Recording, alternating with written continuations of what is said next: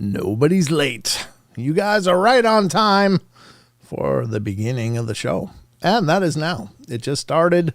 Hope you guys are doing great. Thank you so much for joining me. I am Brent Thomas, and this is the Paranormal Portal. And we're going to dive into 2 full hours of mischief and mayhem, peeking our nose into the worlds of the strange and unusual. So hope you guys are ready for all that. Just seeing everybody pop in the door. Hope you guys are doing wonderful. It's hump day. You made it. You're over the halfway mark now for those of you working Monday through Friday. For those of you that have weird days off, I don't know what to tell you.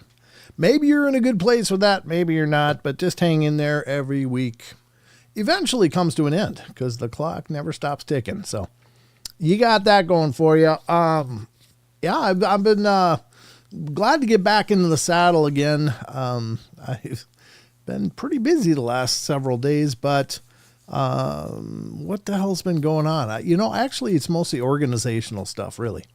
I'm trying to organize a little bit better, trying to get caught up, and I'm not doing a real good job of it, but it's all in the effort. So hope your week is going fantastic, and I hope you're ready for maybe a deep dive into the paranormal. At least we're going to dive. I don't know how deep we'll get, but we'll have fun doing it. If you're new to the show, please feel free to subscribe wherever you're watching, or follow, or like, or whatever vernacular is used on the platform you are observing the portal on. We do these live streams, or I have some individuals that co-host with me. Oftentimes, I am joined by my eldest son, Sheldon, who comes in on Friday nights to hang out with us. And then I'm also joined by Tex pretty regularly on Saturday nights. So that's always a fun show. And sometimes I get somebody to come in with me on Wednesday, and sometimes I don't. Jimmy's life is changed and been a whirlwind, so he hasn't had any time to come join us again. But that's okay. That's the way things work out. But next Wednesday, a week from tonight, folks, I just solidified it this evening with Krista Tweedy of Blondes and Booze is going to join me here on the portal next Wednesday night. So if you know who Krista is, you know it's going to be a great show. If you don't know who Krista is, it's going to be a great show. She is a paranormal researcher, investigator, and she has, of course, the Blondes and Booze show with Brandy, and they're wonderful people. And so Krista's going to join me next Wednesday. I'll get Brandy on here, too. Hey, Justin Gooder has popped over in Rumble. Good to see you, brother. Big D's over there, and Barbara Mora's over there. And hello to everybody in the YouTube chat. I haven't seen any names pop up on Facebook yet. In case anybody's watching there, feel free to type. It should appear on the screen as well. This chat bot that I'm using should grab from X/Twitter. It should grab from Twitch and YouTube and Facebook. I don't know why Rumble won't merge into it, but I guess they got their reasons. I don't know. But I'm always looking for solutions to that as well. Hopefully they'll migrate that in eventually as well, so that it will just be a one-stop chat shop. That would be nice. And I don't think I could say that again without saying something wrong. It is on, Rachel. The Ghost Radar is on. Why is it not on screen? It's a great question. Which I just see that now. Let me look. Where the hell is it? It's like it's gone. Why is it gone? That's not it. That's weird. It's like that little screen grab is just gone for some reason. Weird. It should be there, but it's not, is it? Okay. Let's see if it's over here. Nope, that's not it either. Well, that's weird. It's like it lost that. Oh, now it's got to catch up. There we go. It's like it lost that screen grab. That's weird. It shouldn't. There it is. Okay. Found it. Yeah, I don't know why it was gone. Maybe, I don't know. I don't even have a good answer for that. Let me see if it's going to show up over here. Yeah, I must have turned it off. I don't remember why. I guess there was some reason I turned it off, but there it is. I'll put it in, pull up this screen as well. and see. Yeah, it's here already, and it's here already, and it's here already. So it's there. Now it's there. I got it. It's up. It's good. It ghosted me, actually, Batman. Not so much Rachel. It's working, though. I've lost that loving feeling. Oh, I'm sorry to hear that, werewolf. Just remember, bring back that love and feeling. That's all I got for you. I hope that helps. Hey, Patty Obits, coming over on Facebook. Hello to you. Hey, Brent, was wondering why the live video doesn't show up on your Paranormal Portal Facebook page. Because the way that Facebook has it set up, I can share it to my personal page, but I haven't figured out how to share it to the Paranormal Portal group page. For live streaming, they don't seem to like streaming live to groups, which is what the Paranormal Portal radio page is. It's a group or it's a page, but then my personal page will work. So that's why that happened. So yeah, I mean, I don't know if it's possible for you to share it over there. If you could, that's great. Maybe I could do that, but I can only do it after it starts going live. And by then I'm up to my neck in keeping an eye on things and keeping track of it. But thank you for asking. That's why, as far as I know, that's what I've sorted out so far. Again, there's so many parts and pieces to all of this. I know it looks like, hey, I just turned on my Facebook and there it is. But on the back end, and I'm multi-streaming we are streaming to YouTube, Rumble, Facebook, X, and Twitch. We're streaming on 5 platforms. So it's a lot of things to take care of. There's Krista right there. Hi, Krista. I was just telling everybody, you're going to be joining us next Wednesday.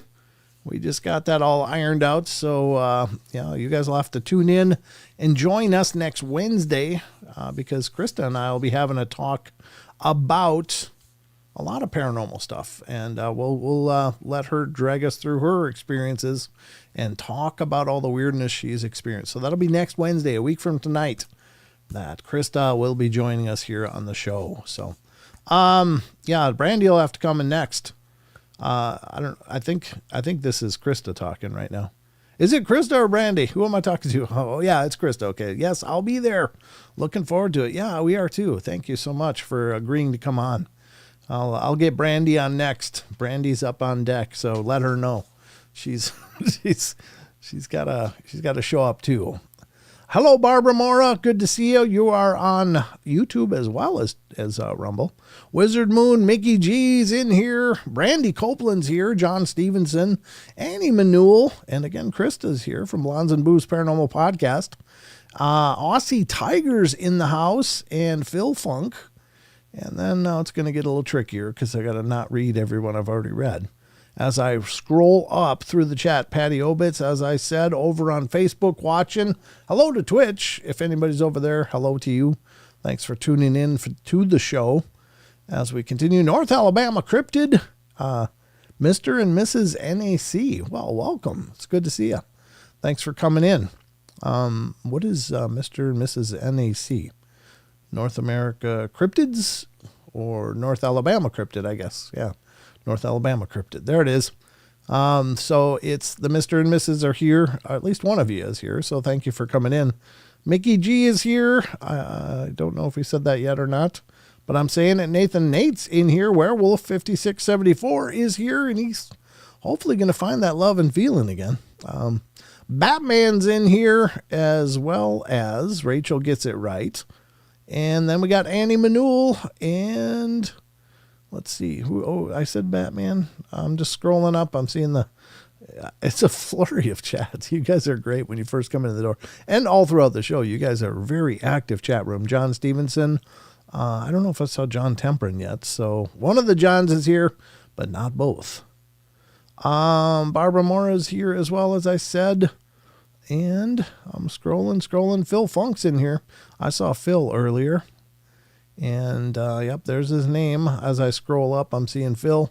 I just want to say hello to everybody because I think it's wonderful you guys come in and hang out with us. Kat Doherty's here, as is Kitty Caddywhack. Good to see you, Kitty. Thank you for coming in.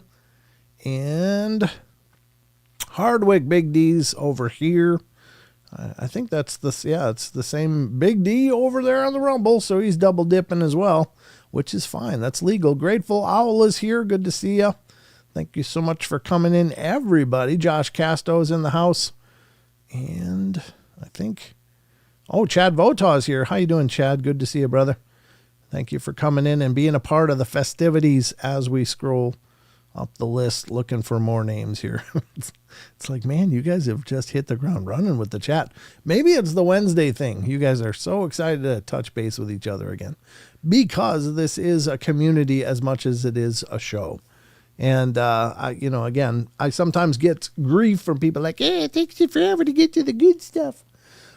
But these are my friends. These are my family. I want to say hello to them. It's been several days since we talked, so that's part of the deal. Paul Anthony's over on Facebook. I'll switch over to YouTube. You can switch to wherever you want, brother. Your chat is showing up here as well, so it's good to see you. Thank you.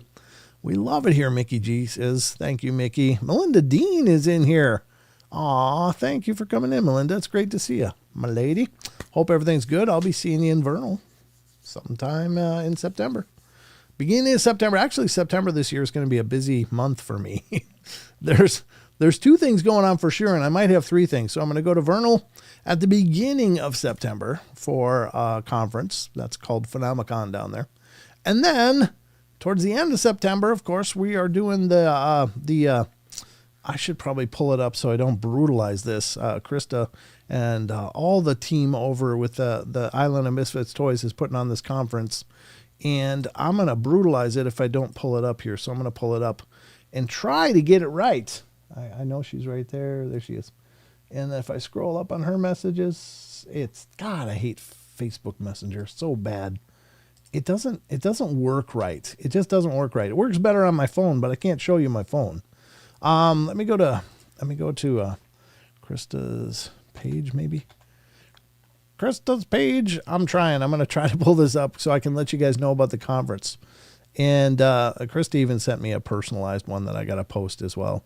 But my chat doesn't work right, and I don't know why. It really sucks.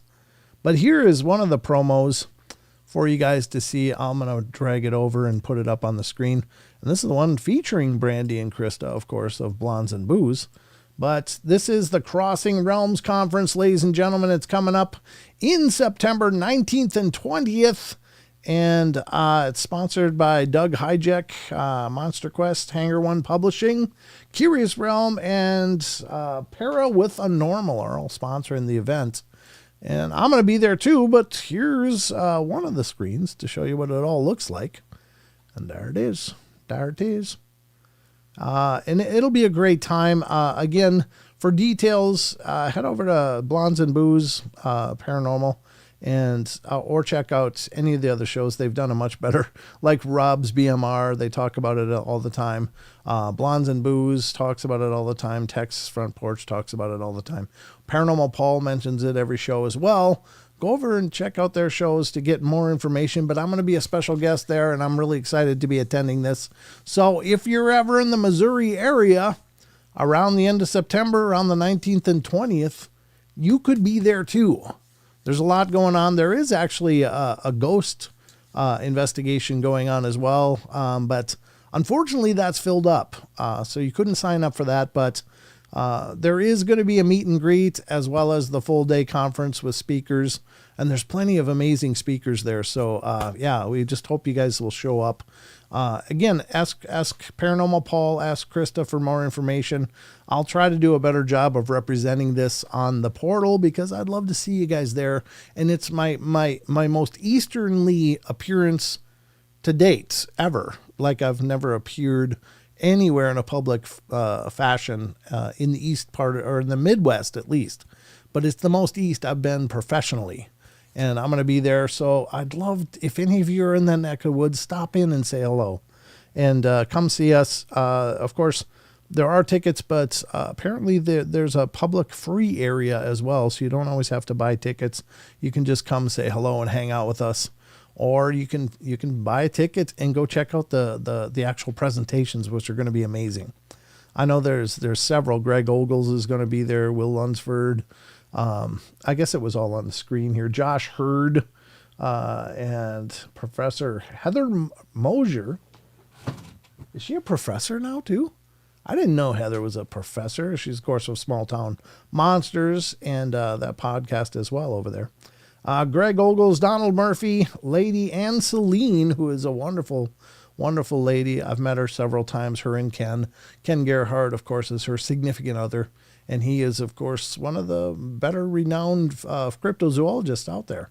Ken's been investigating this stuff since he was like 15 years old.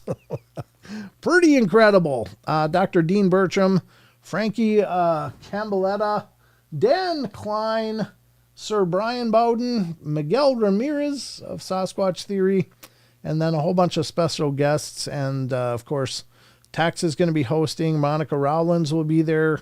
Paranormal Paul will be there. Danielle Diva will be there of the Diva Dimension. Bigfoot Michigan Rob is going to be there. Randy Gilbert, Donnie Cho, and Jason McLean is going to be there. That'll be fun, fantastic. So I hope you guys will come check it out. Again, I don't mean to burn up a lot of time with it, but it's the first time I've really officially mentioned it on the show, and I want to give you guys notice. So if you're in the central part of North America and you can make that journey, it'd be great to meet you guys. I'm going to do my best to do more Easterly shows this year as well, but that's the first one I know about. So please, if you're in that neck of the woods, come see me.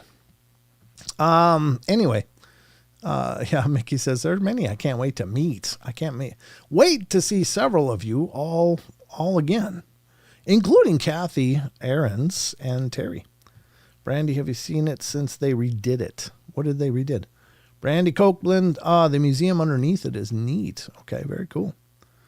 All right. Well, there's lots going on. So anyway, that's all the laundry at the front end of the show.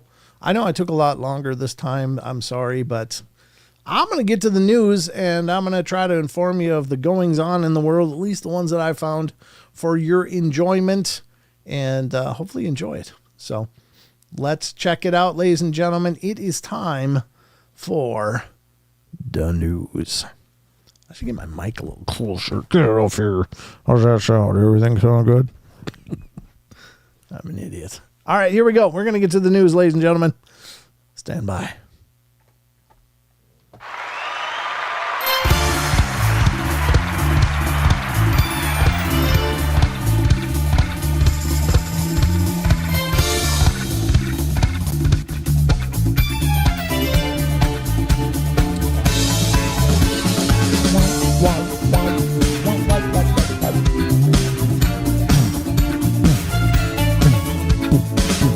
Time to dance, Paul says. You go ahead, Paul.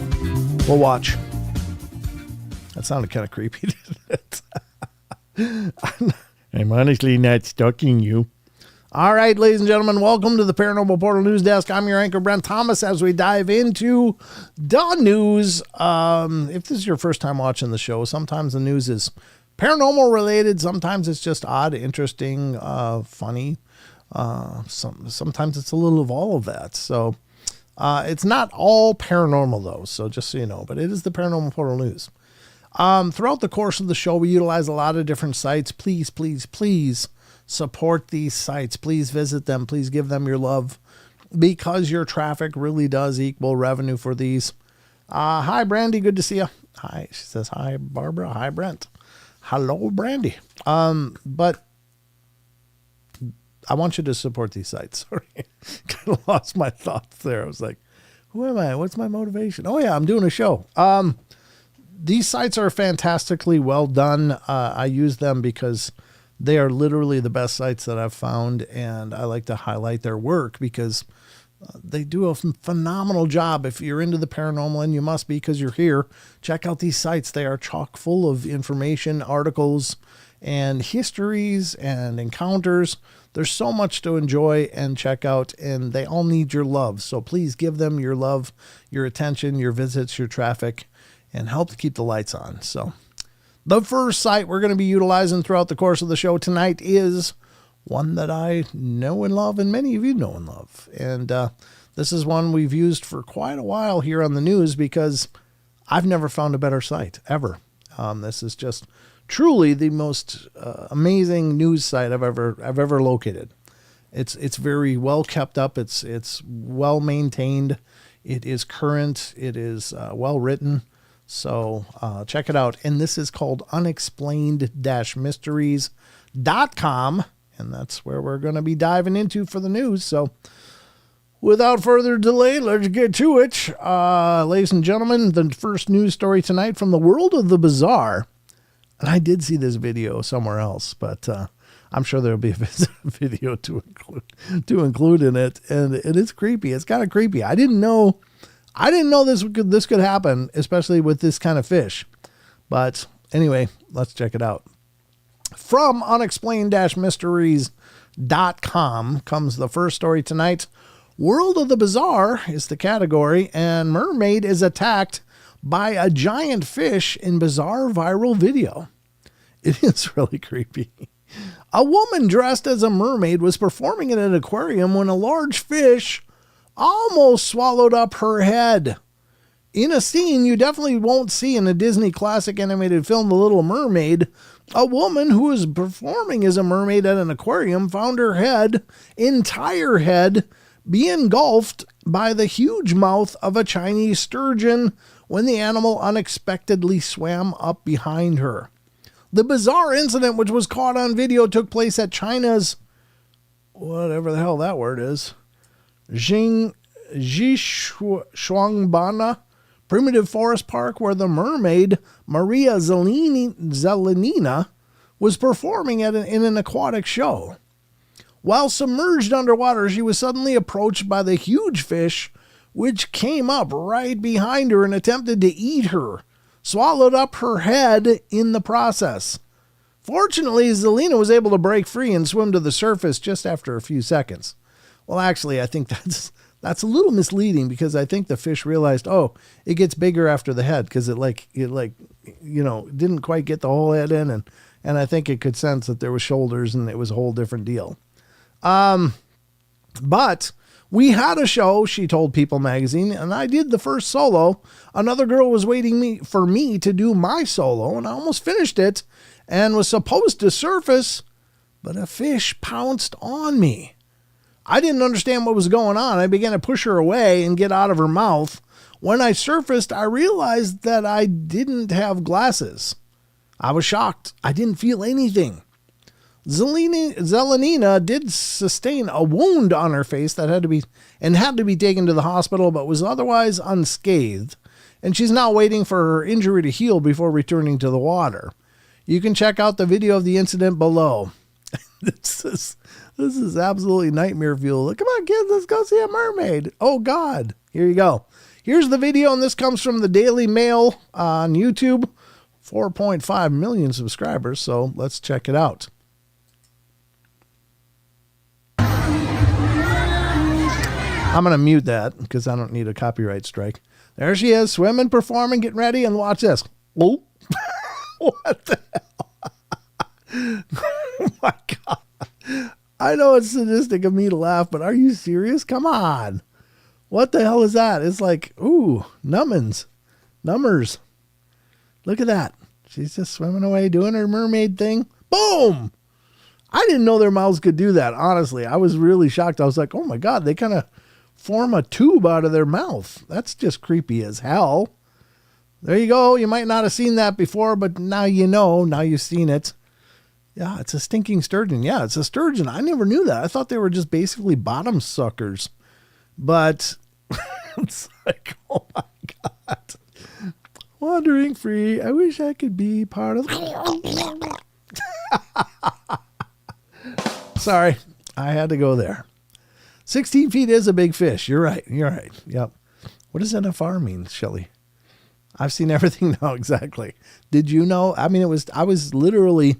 I don't know when I saw this, like 3 days ago. I was 3 days ago old when I learned that sturgeon could suck your head in, which is creepy as hell. That's just disturbing. I didn't know that. I didn't know their mouth kind of went to turned into a big septic hose or something. It's like, oh, could you imagine if it didn't let go? I mean, that's game over kind of stuff. Even if it doesn't eat you, it can just drown you. If it didn't let go of her head. Yikes. So there you go. I know there's some stuff you may see on this news that you wish you didn't. And all I can say is you're welcome.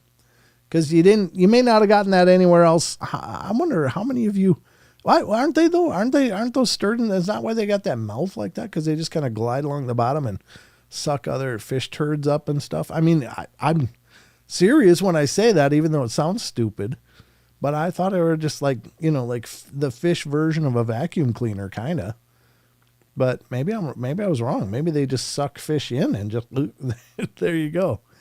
But they are crazy looking fish. I've caught those before.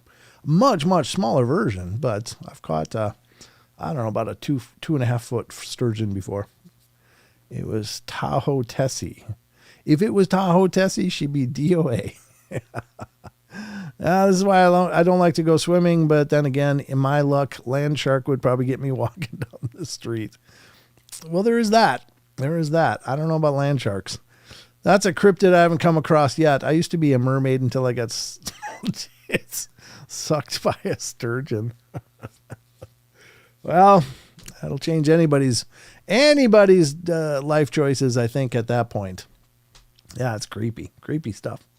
But apparently, I mean, they must have teeth in there too, right? I mean, I don't think they're like fangs or anything, but they probably, do that and then grab on and just keep, swallowing. Yeah, it's like a catfish. That's what I thought sturgeon were, Melinda. Yeah, exactly. Very weird. Yes, Vincent, it's a weird fish. I had no idea their mouth did that. So you're welcome. You learned something new. Just don't confuse me with Sir Richard Attenborough or anything. It's funny though. Just disturbing as hell, but I'm glad it let go right away and she's okay. Thank God. But wait, there's more. That's the first article. Don't worry. We got more. I got more. The next one up, I guess I've pulled up 4. I may only do 3. We'll see. Let's see what the next one is here. Oh, this is kind of odd. I don't know what this is about, but I saw the headline. I'm like, yeah, we should probably discuss that because it's definitely in our wheelhouse here. This comes from the UFO phenomena files of unexplained-mysteries.com, ladies and gentlemen. And this is from UFO phenomena alien. I got to wait for my computer to catch up. Pause for effect. There it goes. Alien abductees pants at the center of spat with Scottish museum officials. This guy's like, can you please have my pants bent back now? Poor guy. I wonder why his pants are an issue. The famous torn trousers are considered to be physical evidence of one man's close encounter with a UFO. The pants, which are in possession of paranormal investigator Malcolm Robinson, once belonged to the man at the center of one of Scotland's most famous UFO incidents. It all started when Robert Bob Taylor, a 61-year-old forestry worker, went out into the Detchmont Woods in West Lothian, Scotland, on November 9th, 1979, to walk his dog, a red setter named Lara. Well, as he turned a corner, he came across what he described as a flying dome that was hovering a few inches above the forest floor, a short distance from where he was standing. Its surface, he noted, was a dark metallic material with rough texture like sandpaper, and a distinct smell similar to that of burning brakes seemed to permeate the air. Then, without warning, 2 spiked metallic spheres appeared, grabbed his clothes, and began dragging him across the grass towards the object. Oh, God, that would suck. It was at this point that he fell unconscious. When he awoke several hours later, he found that his clothes were torn and that he had suffered a series of cuts and bruises all over his body. When police officers later went to investigate the scene of the incident, they discovered strange ladder-shaped marks on the ground. Ultimately, no definitive explanation was ever found, and Taylor himself passed away back in 2007, having never discovered the truth of what had happened to him. His torn trousers, however, still remain an intriguing piece of evidence, physical evidence of the incident. Robinson, who has been attempting to donate the pants to the National Museums of Scotland as an important piece of Scottish history, has been met with a frustrating level of resistance. This is not any old pair of trousers, he said. These are a part of Scotland's biggest ever UFO story. A full-blown police investigation was carried out, including a forensic examination of the ripped trousers. And it might sound bizarre to some, but this is an iconic piece of Scottish history, which rightly deserves its place in a museum. I've been offered thousands of pounds by an American businessman, but I've refused. I wanted to donate the trousers to the National Museums of Scotland, and sadly, they refused. I'm very disappointed. The only reason given by the museum officials is that they already have similar material. Really? From where? Is this happening that much? I don't know, but you can go over and check out Quite Mysterious. I'll put a link in the chats if you guys want to watch the video that's included at the bottom of the story. And I'm sure it details all of this more clearly or more robustly than what I can do here on the show, but I'll copy the link and put it in there, and you guys can certainly check them out. I don't know if this link goes to like Facebook or not, so unfortunately, I suspect it probably doesn't. It looks like my messages look like they only go to Twitch and YouTube, but if they don't, I do apologize. Just go to unexplained-mysteries.com and you'll see it there. But I'll put it over in Rumble as well, so we'll get a few, and I don't think they go to X either. I love some Paranormal Portal news. Thank you, Jason. I appreciate that. Hey, Phil Blair, good to see you. Good to see you. Good to see y'all. SoCal, good to see you as well. All right, so there you go. That's a UFO story. I'm not familiar with that one, but yeah, that's got to be a disturbing experience. Just some spheres coming out with like I don't know, like Dr. Octopus arms, and they start grabbing onto your clothes and yanking you towards the UFO. Yeah, that's not consensual at that point, I think. You know, and I'm chuckling, but I don't know what to do with it. It's one of those things. It's like I try to imagine what that would feel like, and it would be absolutely terrifying. It would be just sheer terror because you don't know what's in there, but you know that they're dragging you there, and I mean, there's one thing if they go, "Hey, would you like to take a ride?" Well, God, yeah, sure. Let me check that out inside. I'm game.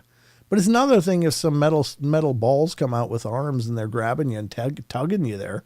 It's like, wait, this isn't right.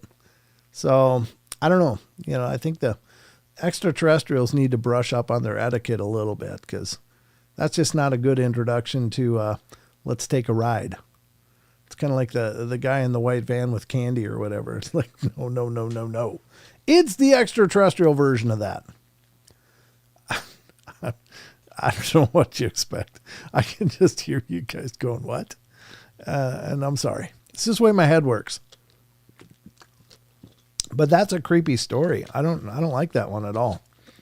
It's one thing if you're kind of missing time, and that's like, oh, I guess I agree. They just walked on this thing when they undergo a regression hypnosis. But when you got metal, was he a rock star? I don't know. Are you talking about this guy? I hope his dog was okay. Yeah, I don't know. It doesn't say much about the dog. I imagine the dog probably was like, nope, and just got the hell out of there. A spiritual experience, Batman. Oh, gets the rim shot. Yeah, there you go. So anyway, if you're not familiar with that, now you are at least a little bit. You can look into the article yourself utilizing those links or the video at the bottom. So I hope you guys check it out. Interesting stuff all the same. But we got another one. And what was this one? Oh, yeah, this one's kind of more pareidolia. I think I'll wait on that one. I think it is anyway. But this one's kind of tragic and freaky at the same time. Waiting for my computer. There it goes. It finally caught up with me. It's been doggy lately. I think I got to do another restart. Maybe there's more updates piled up or something. It was getting kind of better there for a while. I was getting kind of encouraged, but now it's slow again tonight. But here we go with the last article of the news tonight, ladies and gentlemen. This one is also from unexplained-mysteries.com, and this one has to do with modern mysteries. I'll bet you it. Well, we'll talk about it at the end. I don't want to give it away before the actual article, but I think I might know what happened here. So it says, chunk of ice falls from sky over Florida and smashes through roof of the house. There's the hole. Look at that. Yeah, that's even a steel roof, and it went. I mean, Yeah, it did go through. It doesn't look like it probably penetrated the house. It just penetrated the roof line. But yeah, it folded that stuff like bad origami. That's not good. All right, the falling ice caused considerable damage to the house and prompted an official FAA investigation. The odds of a large object falling from the sky and smashing through the roof of your house might seem unlikely to the extreme, but in truth, such a thing can and does happen. As evidenced this week by the case of a house in northeastern Florida that was struck by a large piece of falling ice. Firefighters were called out to the scene in Seminole Woods near area of Palm Coast when a local resident reported a large crash and large chunks of ice scattered across the road. Oh, so it wasn't just one. It sounds like several. When fire crews arrived, they found that chunks of ice had crashed through the roof of the house and into one of the rooms. Oh, okay. Though fortunately there were no reported injuries. After inspection, the building department deemed the home safe for occupancy, and the fire department placed a blue tarp over the damaged roof to protect the property, the department wrote.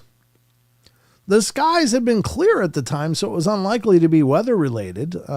Instead, the ice likely fell from a passing airplane. That's exactly what I was thinking. It was like, yeah, probably fell right off a wing or something. The Federal Aviation Administration has since launched an investigation.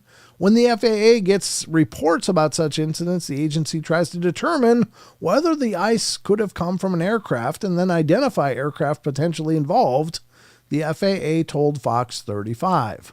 Well, there you go. There's more pictures right there. I mean, God, that's in the roof. Yeah, it's inside. I mean, it just hit like a hammer, didn't it? Huh. Could you imagine what that sounded like in the house? It's like, no.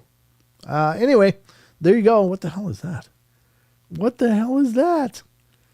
It's a fruit, and then they talk about enlarged prostate. That's disturbing as hell. I don't know if you guys saw that, but here you go, just so you can see it.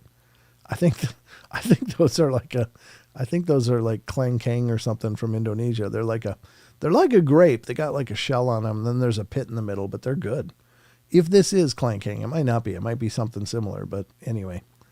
And then there's generic Viagra, if anybody's interested. I don't understand the ads. The ads are so weird. No, I'm not generally searching for Viagra. I'm not searching for it. So anyway, I don't know why I get stuff like that, but I do. So that has been the news. I don't know about you guys, but I feel a little more informed than what I was. I hope you do too. I hope you enjoyed the news, and we got a lot more to get to. So I guess it is time for the news to be over. So let's get back to the rest of the show, folks. This has been a presentation of the Paranormal Portal News brought to you by the letters O, M, and G. All right, well, let's get back to it.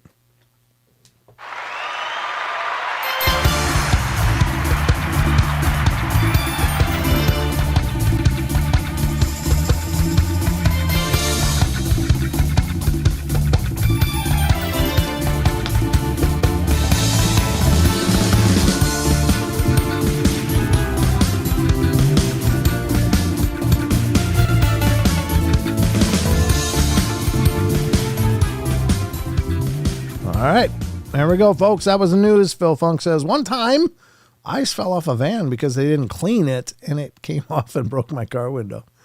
I'm one of those people, Phil, and I gotta be honest here. It's like I drive like an SUV thing, and the roof is kind of tall. I can reach some of it, but it also has like a luggage rack up there. So I'm like, well, it's gonna come off somewhere. And I'm probably one of those dicks that does things like that. But sorry to hear that happened to you. That's not good. I've seen that happen a bunch, of course, too, just driving around. Anywhere there's winter, you get those piles of snow that kind of melts and then refreezes, and then it turns into these basically blocks of like ice and snow. And they come off and they're just roll, going up. And the worst is on those semis, because I'm pretty sure they don't regularly clean off their roofs, but then that stuff just comes off in like sheets of sheetrock. It's just like, oh God. So don't follow close. I think that's your best bet. Just, make sure there's plenty of distance. You're supposed to clean the roof of your car? I just moved up north. No one briefed me, damn it. Yeah. Well, I'm a bad northerner then, because I'm like, nope, I just get the window so I can see and just let her go. Let her rip. I figure the wind will take care of the roof. So I'm probably one of those dicks, Phil. I'm sorry about that.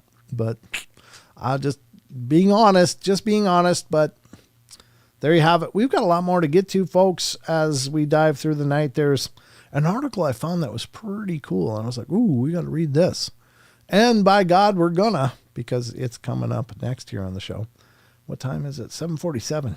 Wow, it's 7:47. Ooh. With all the plane talk, thought that was interesting. I park in the garage. Good for you, Elaine. I would too, except my garage is all full of crap. So that's not happening. But anyway, enough of me. You get enough of me anyway.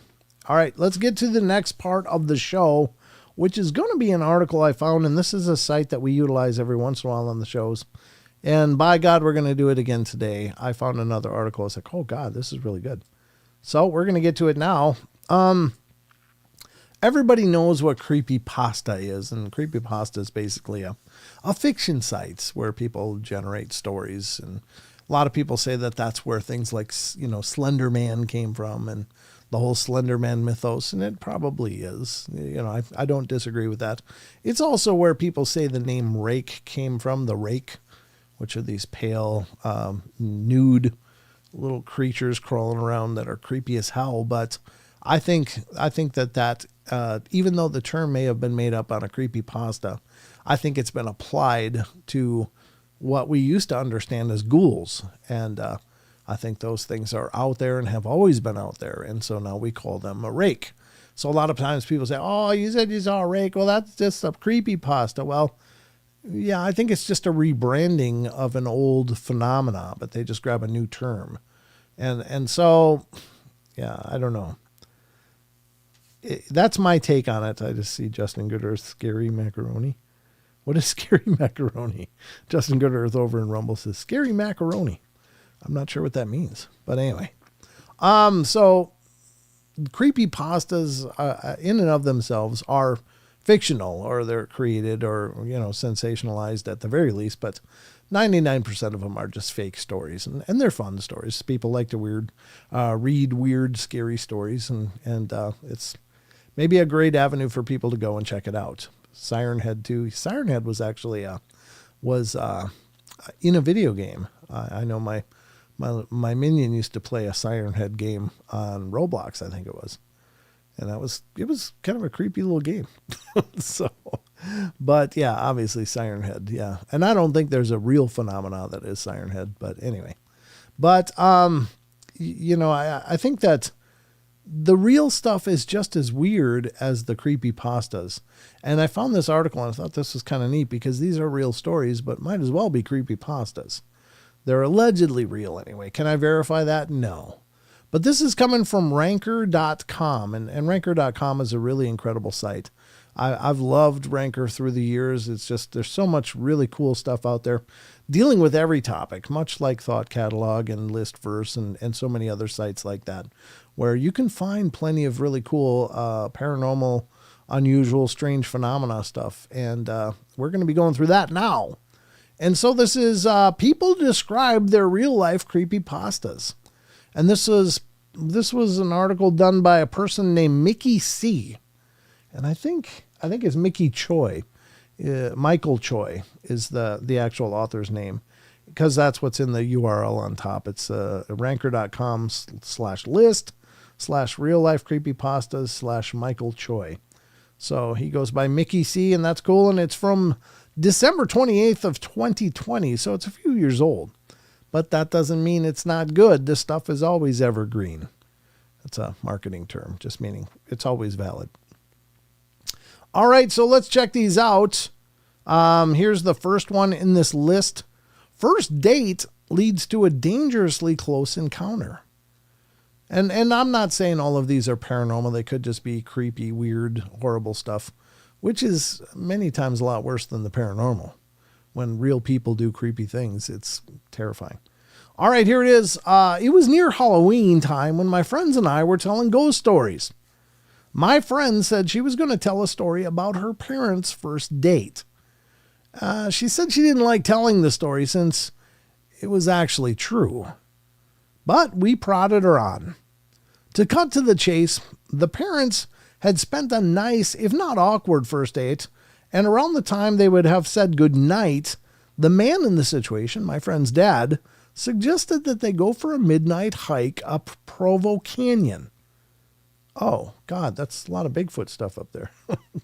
He apparently knew the place since he had done a fair amount of rock climbing in the area, so the two drove up to the mouth of the canyon, got out of their cars, and started hiking under just the light of the stars since it was a new moon. Well, at some point, the man starts getting a bad feeling. Since the path ahead, which would pass under some trees, would be dark, and because it was getting to be quite late, well, he ignores the feeling and presses on. And in later retellings of the story, the woman would say that she had the same feeling, though she didn't know the trail like he did. A minute later, the feeling came back to the man, and he ignored it again and started walking a bit of the way into the trees when his foot hit something soft in the middle of the path. Under the trees, it was too dark to see just what this soft thing was, and the feeling came back stronger than ever, and instead of finding out what his foot had bumped into, he and the woman both agreed to just hightail it out of there. Years later, after being married for some time, they were watching an interview with the serial killer Ted Bundy in response to a question asking him to describe the time that he felt the closest to being caught. He explained about the night that he lured a girl into Provo Canyon and had just unalived her when he heard some people coming up the trail, and he explained how he hid in the trees just in time only to watch some guy walk right into the body and for some reason just turn around and walk away. Oh, God. Wow.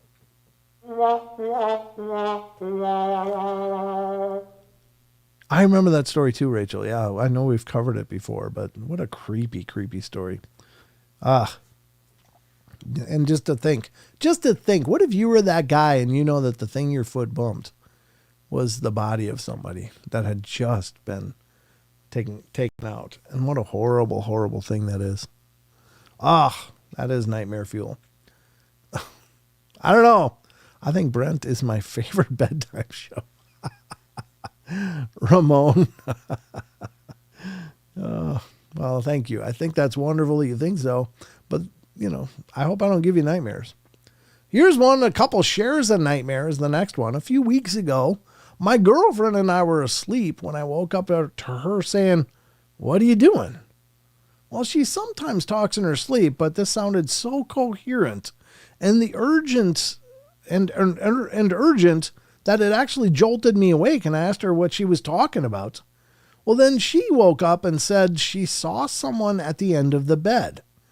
Well, thinking it was just a dream or semi-awake hallucination, we just thought nothing of it and went back to sleep. About an hour later, I woke up and saw someone standing on the bed with the sheets wrapped up and twisted to their neck. Well, I didn't know what to do, but the first thing that came out of my mouth was, "What are you doing?" My girlfriend then woke up, and I had been dreaming the exact same thing that she did and said the exact same thing. I says, I know it's the power of suggestion, but whatever. But F that. What are the odds that you would share a nightmare, though? Could it be just the power of suggestion? Or is that an intelligent message? Something trying to show you what may have happened to that something? I don't know. It's just speculative, of course, but I do think that, when we're asleep, we are definitely the most wide open that we can be. It's like all of our filters are turned off, and I think that we are absolutely receptive in our sleep state. And it's a good reason to say your prayers before you go to sleep. You know what I'm saying? But anyway, there you go. I didn't read this, did I? The boy inside the antique dresser. I know I read this one before. I think that's what led me to this. It was actually a clip that I saw on Facebook. That's what it was, because I know this story. And the only reason I know it is because every once in a while on Facebook you'll see this ad. And they're different articles, but they'll give you a clip of it. And it was this one, the boy inside the antique dresser clip. And it was just the first part of them, like, oh my God, what happened? So I had to actually open the article. And then when I did, I'm like, oh, we got to cover this article on the show. So that's how I came across this. That's why I know the story. I just remembered that myself. The boy inside the antique dresser.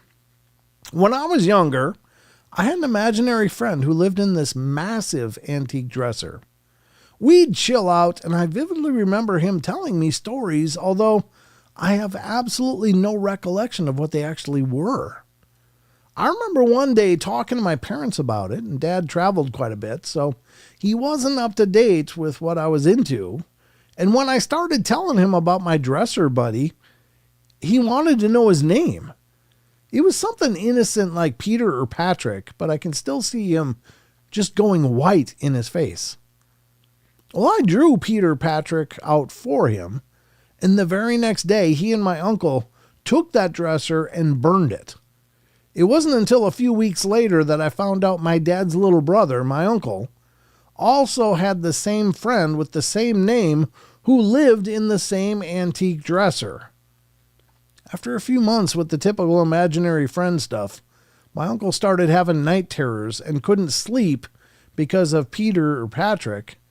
It got so bad that they had to move him out of his room before he managed to get back to normal. Yeah, that's the creepy part, is the old items with attachments. And certainly that's a very real phenomena that some items retain. Maybe it's a whole personality. Maybe it's just a fragment or piece of a personality. But it's usually the dark pieces that get left behind, right? When personalities fragment. And they can become conscious and become specters or ghosts or whatever, all in their own right. And, it's my personal theory, but I think...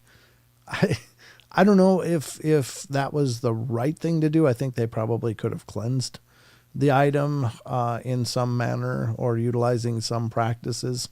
But, if they've already been dealing with that for, all those years, then yeah, it's probably time to get rid of it. Because get that dresser can go straight to hell. The dresser from hell. Yeah, they're lovely conversation pieces, but when they start talking to you as well, it's not good. Yeah, I wonder if it had a mirror. Good point, Annie, because old mirrors can be all kinds of weird. They can have all kinds of stuff.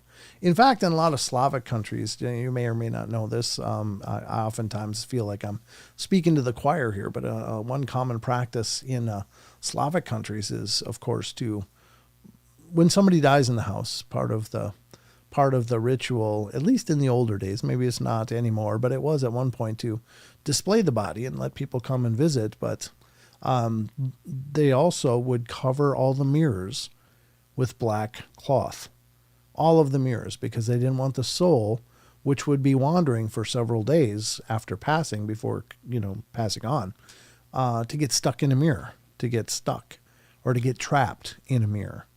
And the ancient Druids considered mirrors to be very, very mystical and magical items. So I do want to talk about mirrors, though. There's this new trend where people are holding up a piece of paper, and I want to get to that.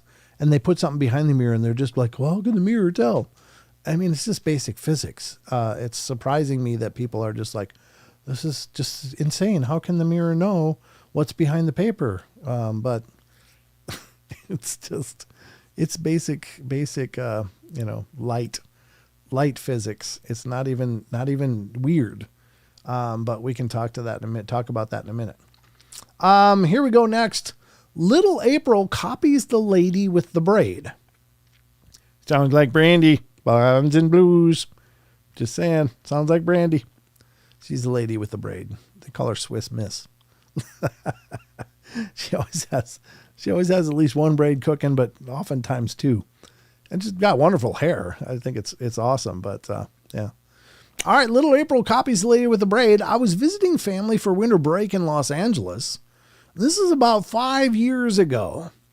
I was heading to the bathroom on the second floor of my aunt's house when I saw my cousin, April, on the stairs. Well, April was 4 and very animated. She was busy making funny faces while sitting on the stairs, and I asked her, "What are you doing?" She said, "I'm copying the lady with the braid."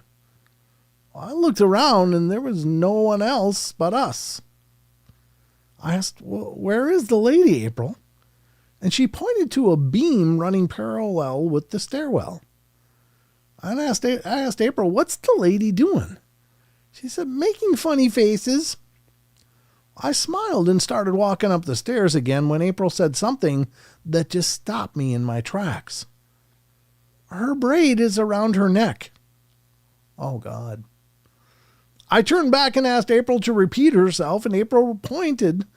"The lady is hanging by her braid. She's making funny faces." Oh, God. Then April started making a face, which I then realized was someone gasping for air. Ooh. Yikes.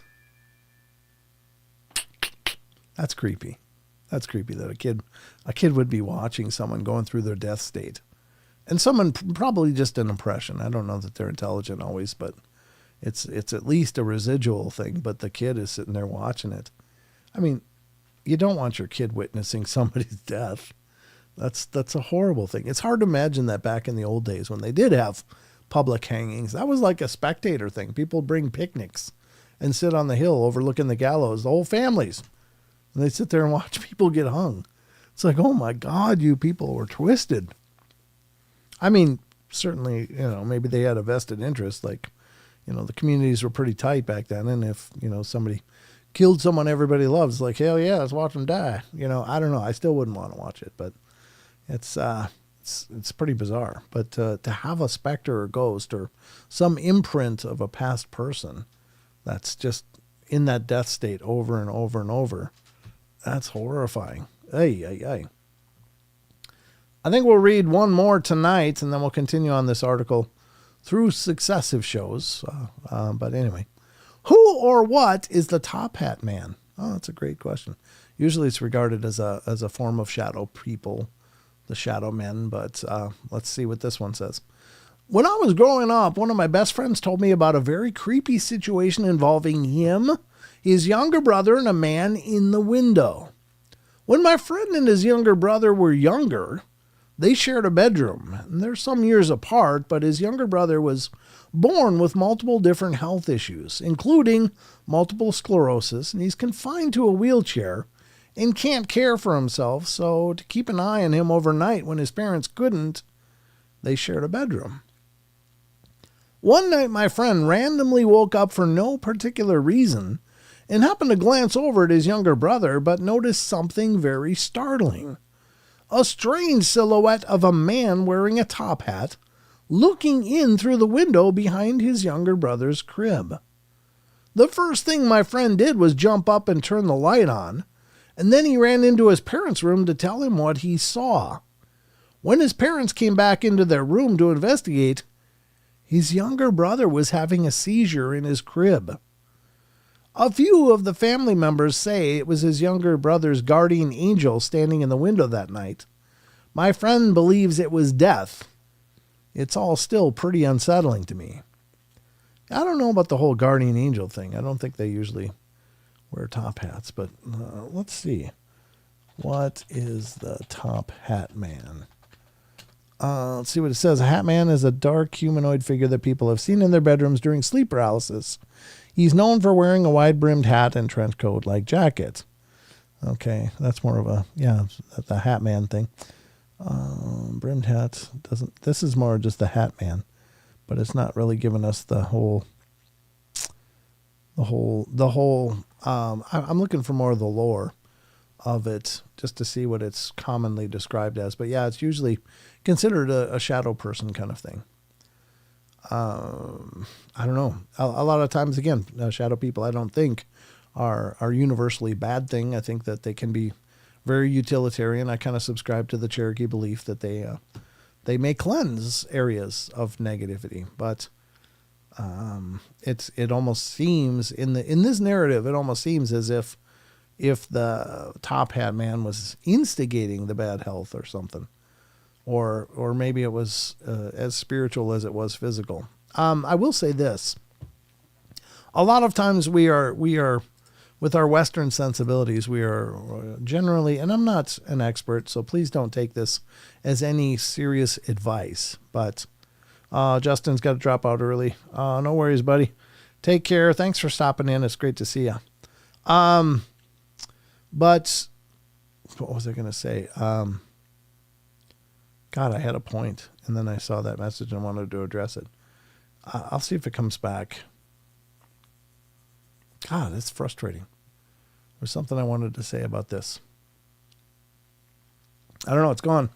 That's my head right there. Sorry about that, folks. I don't know why I can't remember. It was right there. Maybe it's something I'm not supposed to talk about.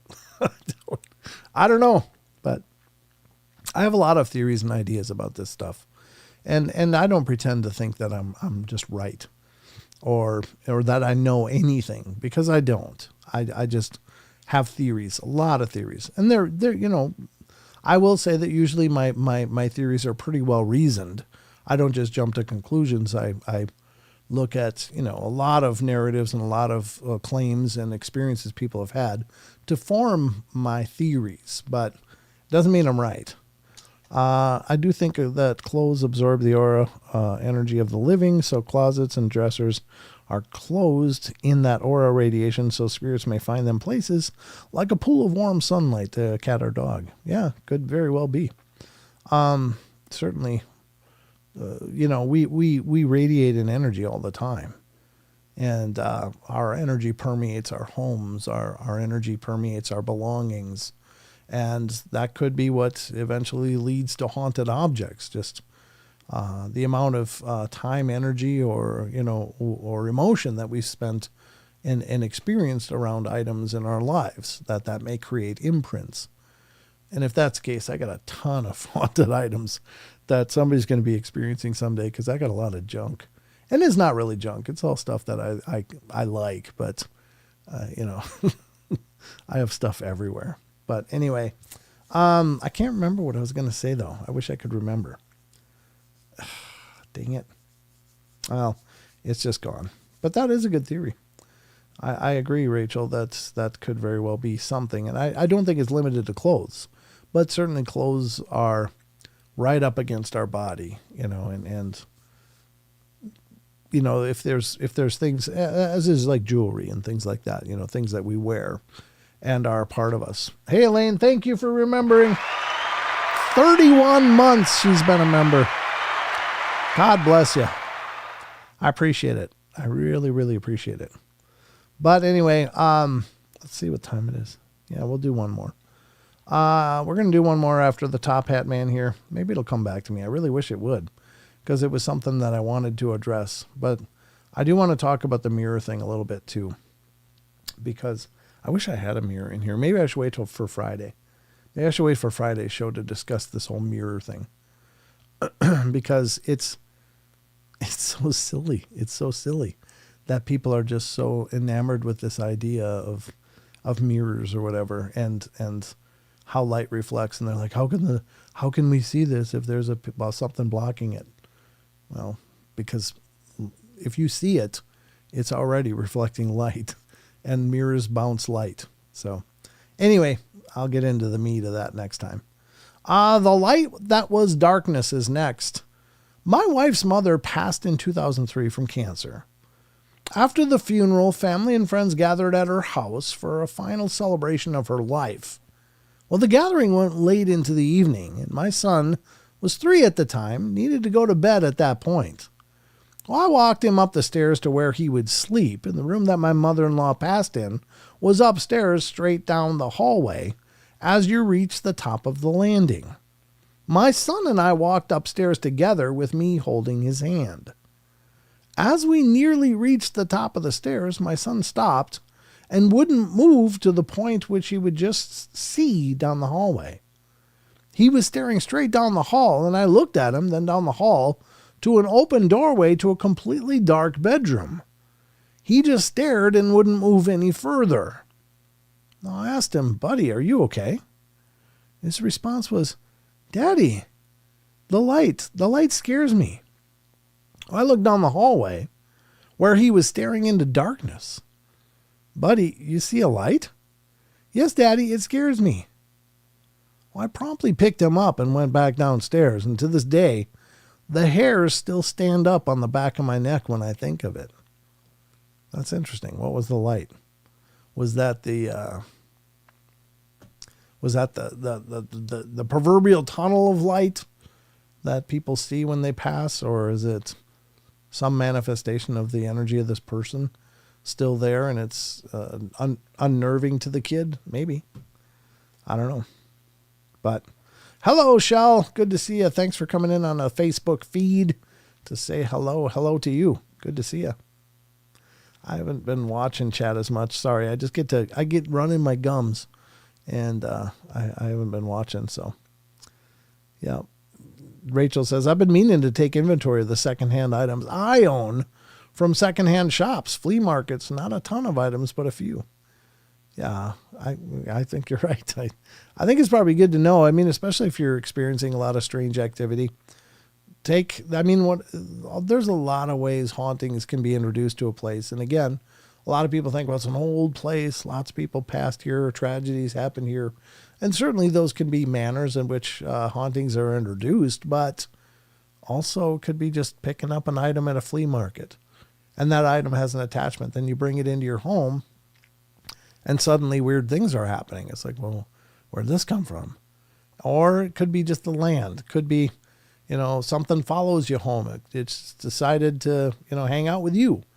There's so many stories of people visiting cemeteries and dragging something home with them. And it's not exclusive to cemeteries, but certainly there seems to be a proliferation of events where people were at cemeteries and then noticed strange things happening when they got back home.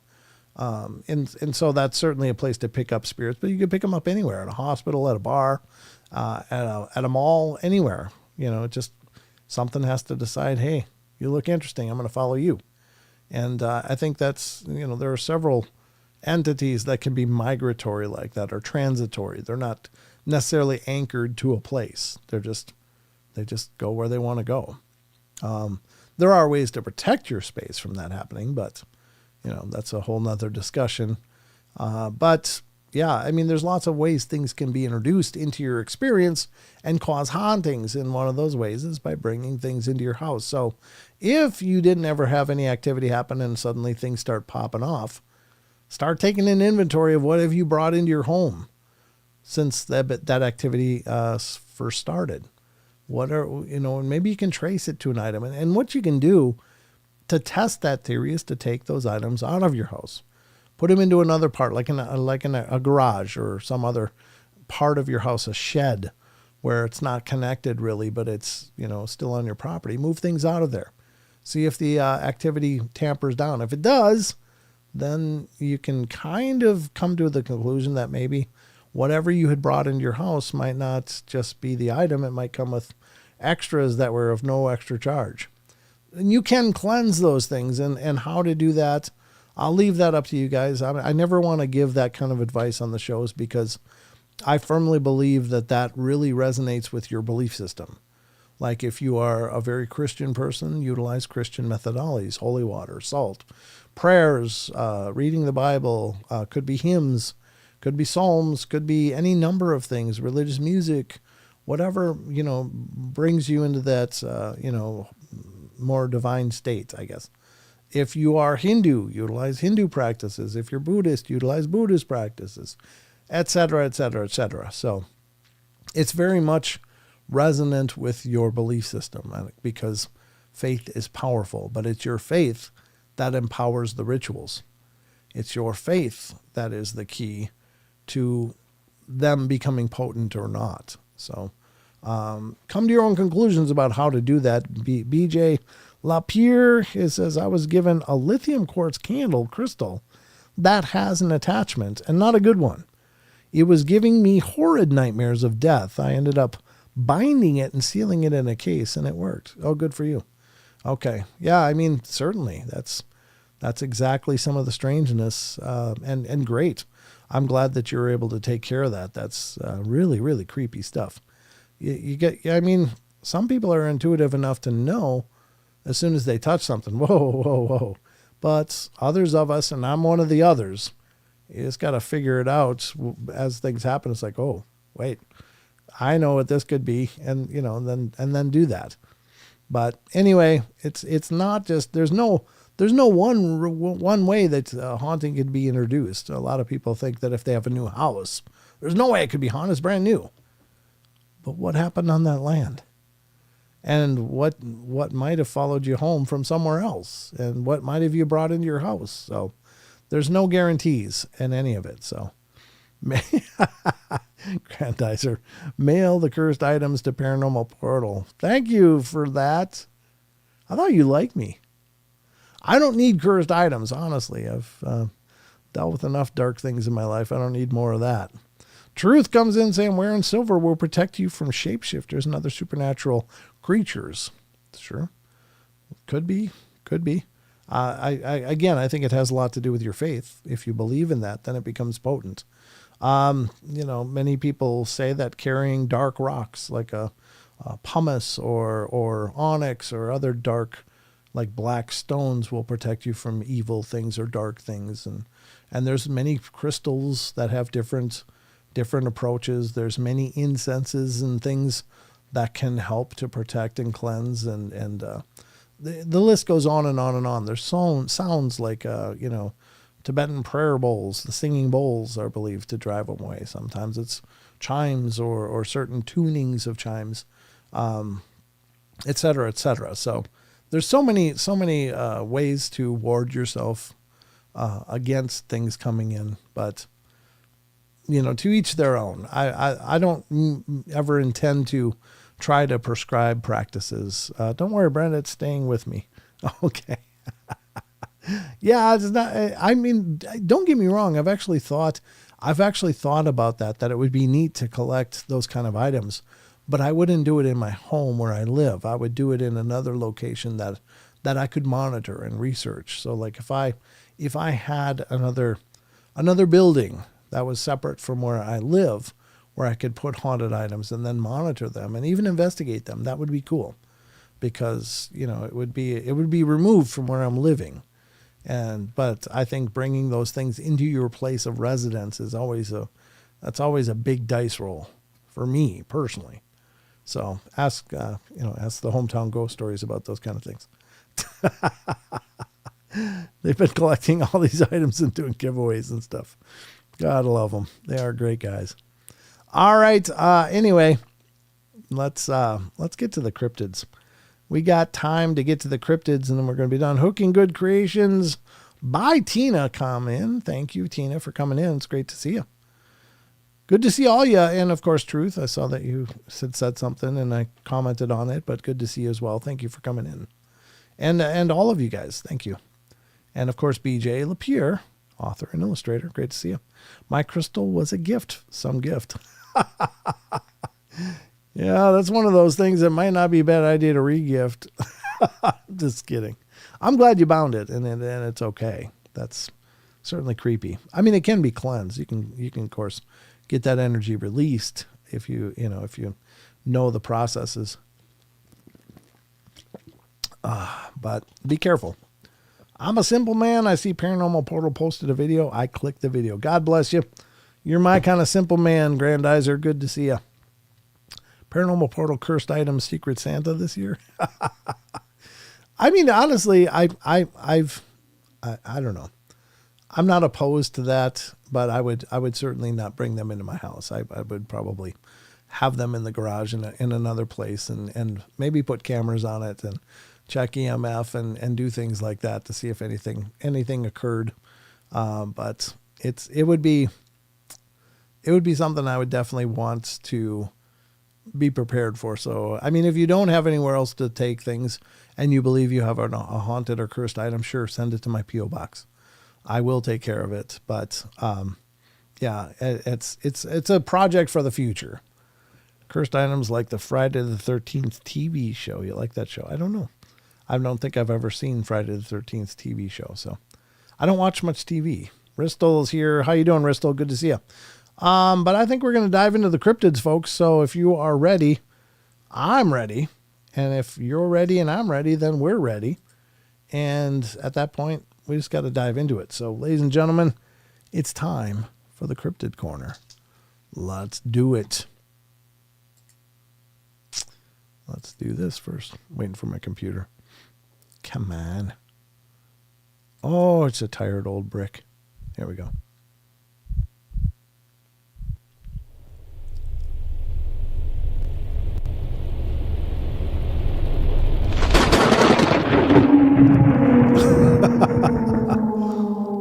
I'm sorry about any gender confusion, BJ. I don't know. I had a friend growing up that was BJ, and it was very much a guy. So whenever I see BJ, automatically I go to that. Just, and I remember that old TV show, BJ and the Bear. He was a guy too. So no offense, but I'm glad to know you in any case. So. All right, ladies and gentlemen, welcome to the Cryptid Corner. This is our last segment of the show where we dive into the creatures and weirdness and stuff. So let's dig into this. First off, we got this article from Sasquatch Chronicles blog. This, of course, is Wes Germer's blog. And it's the companion site to his podcast. But so if you listen to the podcast and you got a hankering for more Sasquatch Chronicles, head over to sasquatchchronicles.com and check it out. Wes does an amazing job with this. And let's see, is this it? Yeah, this I guess is the first one. I thought this was not the first one. I thought this one was. Here we go. This is the first one I wanted to do. I'll go back and do the other one that I had up on screen in a moment. But this is from sasquatchchronicles.com. Ladies and gentlemen, the handprint. And Triangle Multimedia is Edward Bonge's site. Ed has been a guest on my podcast. He's a great guy. I really like Ed and just a phenomenal guy. So if you ever get a chance, you haven't heard that podcast episode or watched it, you can do so either on Rumble, I think, or it's up. I think it's up on Rumble, but it's on YouTube and Spotify, the video version, or the audio version is out there.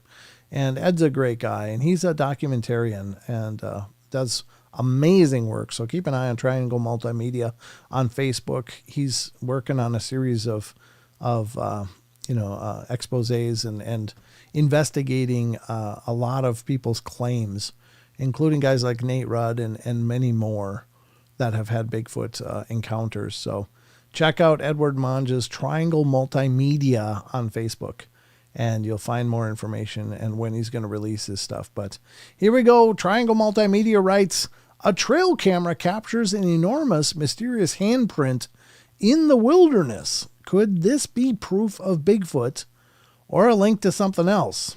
And I saw this on Facebook when he posted it. And I don't know. It almost looks hoof-like to me. But at any rate, I don't know for sure. And here's a trailer by Carter Bouchard. And if you're not familiar with Carter, he's a Bigfoot investigator. And I've not talked to Carter personally, but he seems like he'd be a fascinating guy to have a discussion with. I don't know if there's music on this, and I'm probably going to nerf myself here a little bit, but let's take a look. I guess I'll just have to lose monetization on this episode if it is, so... Let's take a look at this. This, again, is from Triangle Multimedia, Edward Monge's project, and his apparently YouTube page as well. So look for Triangle Multimedia on YouTube. Here it is.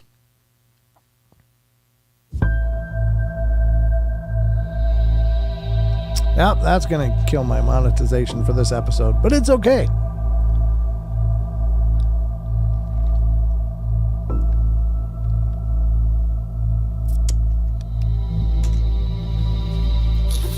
Four years ago, I was contacted by a gentleman. I can't reveal the state, but they have active Sasquatch activity on their property. They have things going on.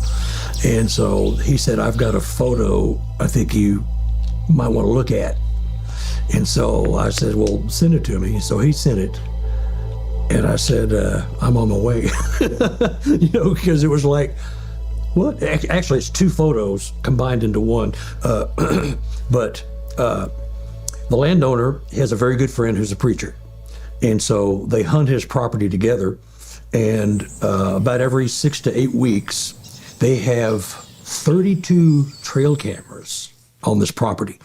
And every 6 to 8 weeks, together, they usually go out and check all the batteries and SD cards, take them out, see what we got on there, and put new cards in and take the data off the other and change batteries if we need to, and go about our thing. They have all the cameras in a triangular situation, so there's 1, 2, 3. So each one's taking a picture of the other. You never miss anything, So this picture he sent me, I was going, dang, it's a close-up of a Sasquatch hand, and it's literally a foot from the camera.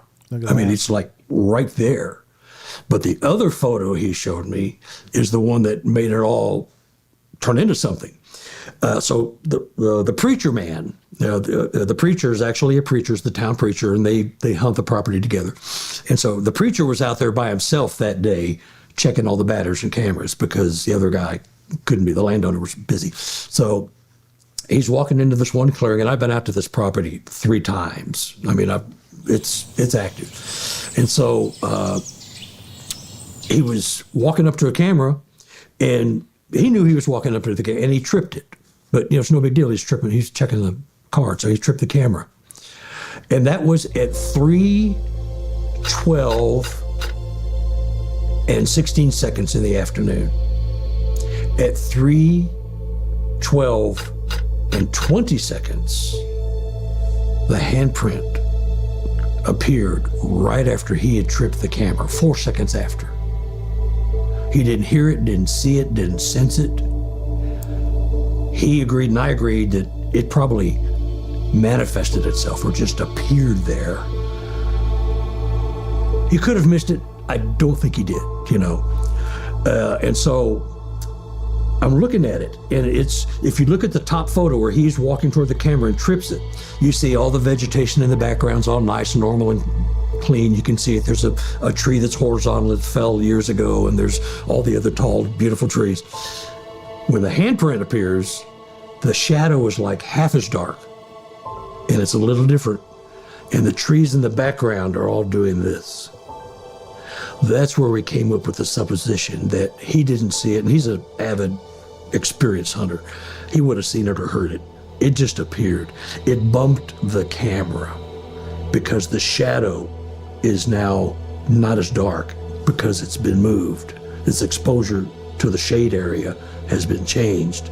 The trees in the background are all going to the right.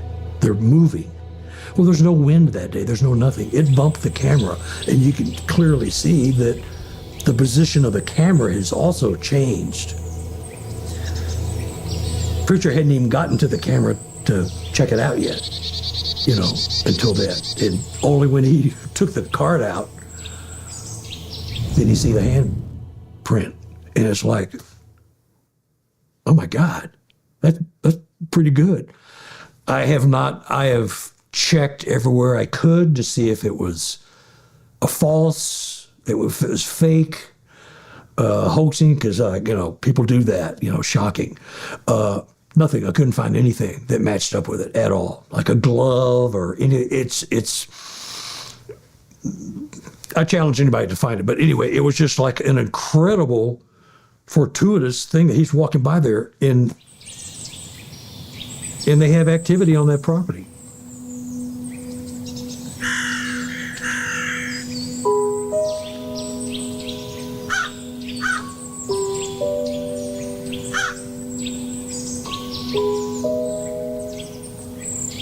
It was just, it's really a fascinating photo. I was really privileged to get it, And they've had other activity out there. I've experienced a few things because I spent the night out there in a shed once, and there's something going on, So That's the book, and that's the Sasquatch Evidence of an Enigma, Book 3, I think. That's the one that's got that cover. It's really fascinating. They've got some other really incredible stories there.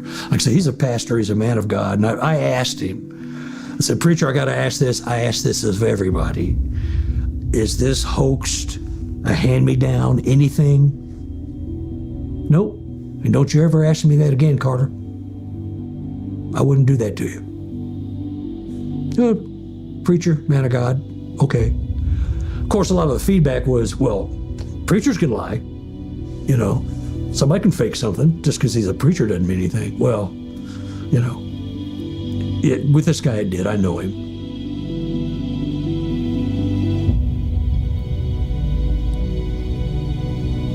It's amazing.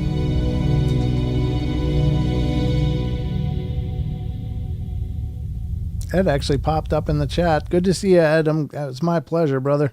You guys can see the quality. I mean, this is Hollywood level filmmaking. I mean, Ed is no joke. He's the man is an ace at this, and he tells such an amazing story and does such an amazing job. And I love talking to Ed. It was just an amazing conversation, and he's a fascinating guy. So if you get a chance, go back and listen to that podcast episode where Ed made an appearance and sat down and talked with me. We just had a great discussion, and I love the guy. He's just a great guy. So please support what Ed's doing. Triangle Multimedia. This looks absolutely amazing. Now that I've seen the full picture, that, you know, clearly that's pretty amazing. Whatever the hell that hand belongs to is just incredible. It's creepy to know that it was right there with the preacher, but wow, what an experience, and what a beautifully done clip. So follow Ed, follow what he's doing. How you doing, Nate? Nate Rudd is over there, and he was featured in one of Ed's videos as well. And Nate's been on the show. Nate's a wonderful guy. He's had some pretty incredible experiences. Oh yeah, my pleasure, Ed. It's an honor to know you, brother, and I love your work and will love what you're doing. And if I can help to promote that, I'm honored. So check it out. But that's the first one. Yeah, Carter Bouchard is an amazing guy. I've not talked to him, but I can see that I need to reach out and get in touch with Carter. That's pretty incredible. Oh, actually, we got an update right here live on the show. Edward Mon says, Nate Rudd, your video should be out next week. I can't wait to see that one too. Nate, I've met Nate in person and his son, and wonderful people, just absolutely amazing people. Salt of the earth. So anyway, check those out, support what they're doing, and help to support Ed and spread the word of what he's doing as well. He's just a singularly talented guy. I mean, just the quality of what you just watched was as good as or better than anything I've ever seen. So it's beautiful, beautiful work. Again, that's Triangle Multimedia. Yeah, Nate says, can't wait. Yeah, here you go. There you go, you guys. That's going to be a great episode. And so check it out, guys, and let's move on to the next article. But yeah, I mean, great work, Ed. That looks beautiful. That clip was beautiful. And everything you do over there is amazingly well done. So, all right, let's get to the next one. And sorry if it plays the promo or the transition again. I didn't turn it off. I got to turn it off quick. We already saw that once. We don't need to see it again. Waiting for my computer to catch up. There it goes. Kinda. My computer's just dogging tonight. Oof. It's a tired old brick. All right, here we go. Next one from Sasquatch Chronicles blog. This is Strange Noises in the Woods, folks. And this is a listener email that Wes received. It says, a listener writes, I thought I'd send you a couple of readings that my ex-husband and I made back in 2006, or recordings, sorry, rather, and in 2017. I'll attach them at the end of this email, along with a loop and spectrograph from Dave Ellis at the Olympic Project, and this is what he said. One of the vocalizations you captured is a call I've been following for quite some time. I haven't gotten into the detail just yet, but suffice to say, I saw the visual marker in a spectrograph that indicated this specific vocalization. The first recording was in Southern Oregon, and we were camping up at Willow Lake, which is near a small town of Butte Falls. It was the first week of October, and there was no one else in the campground except the camp host and us. On a couple of nights, we were woken up by a strange, high-pitched screaming or yelling. And on the second night, after the first few screams, we remembered that our camera had a video setting, and we started to record it. The camera microphone was extremely sensitive, and you can clearly hear the water faucet next to our tent dripping and the heater clicking. After the first few screams, the coyotes start howling, and then it becomes intermixed with the screams, and we also heard loud growling, grunting sounds, and these grunting sounds are heard at 12, 27, 46, 1 minute and 2 seconds, 2 minutes, 2 seconds, 2 minutes, 11 seconds, 2 minutes, 45 seconds, 3 minutes and 4 seconds, 3 minutes, 34, and 5:07 on the recording. After the first night, I went 35 miles into town to buy a cassette recorder. We turned it on recorder at 4 minutes into the camera recording, but it was too noisy. A couple came to the campground the next day to use the showers, and we talked to them for a while. And they were doing a fire watch at a logging site a couple miles from the lake. When Robert, my ex-husband, asked him if they had heard anything strange, the guy said, "Hell yes, we heard something strange." And he said he got up and got his gun ready just in case. He said he half expected to have something come flying through the door of their RV. This is not my first encounter with strange noises in the woods, which I believe was Bigfoot. In 1976, me and my first husband, Dave, his brother and his brother's wife all went deer hunting in October of that year. We went to an area off Grizzly Road near 37 Road called Short Creek Burn to camp and hunt. That area to me has always been kind of creepy. One of my sister-in-laws had actually gotten lost over a night in the area the year before. It's fairly deep in the woods and has a large open meadow that has a drift fence on 3 sides and a little creek at the end of the meadow. There's an old abandoned Forest Service cabin in one corner of the pasture near the tree line, and we set up camp about 20 yards away from the old cabin. After we set up camp, my husband and his brother left in one of the vehicles to go scouting to see if there were many deer in the area. Well, they left my sister-in-law, and I'll just call her T, and myself in camp sitting around the campfire. It was a damp night, so we put the guns in the canopy on the back of the pickup, all except for T's 270 and her 22 pistol. I don't want to use her name. When my daughter, after seeing one, asked her about this years later, she looked at my daughter and said, "I don't know what you're talking about." Well, it was now very dark, and we had a huge fire going. About 20 feet from the fire was brush and saplings that stood about 15 to 20 feet tall and probably 20 feet deep. The fire we had going was quite large, and the place was lit up almost like daylight.